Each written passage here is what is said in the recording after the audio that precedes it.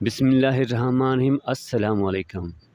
حضرت معاویہ رضی اللہ تعالیٰ عنہ راوی ہیں کہ سرکار دو عالم صلی اللہ علیہ وآلہ وسلم نے ارشاد فرمایا، جس آدمی کے لیے اللہ تعالیٰ بھلائی کا ارادہ کرتا ہے اسے دین کی سمجھ عطا فرما دیتا ہے، اور میں علم کو تقسیم کرنے والا ہوں، عطا کرنے والا تو اللہ ہی ہے۔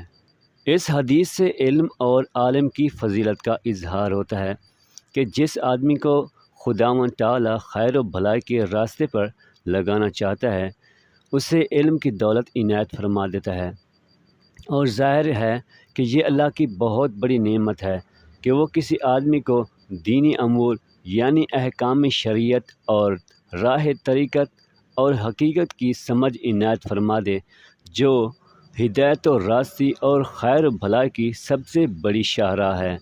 حدیث کے دوسرے جز کا مطلب یہ ہے کہ علم کا مبدأ حقیقی تو باری تعالیٰ کی ذات ہے۔ میرا کام تو صرف یہ ہے کہ میں دینی مسائل اور شرعی احکام لوگوں تک پہنچا دوں اور حدیث بیان کر دوں۔ اب آگے اللہ تعالیٰ کی مرضی ہے کہ وہ جسے جتنا چاہے ان پر عمل کرنے کی توفیق اور غور و فکر کی صلاحیت عنایت فرما دے۔ دعا ہے اللہ تعالیٰ ہمیں اس حدیث مبارک کو سمجھنے اور اس پر عمل کرنے کی توفیق عطا فرمائے، آمین۔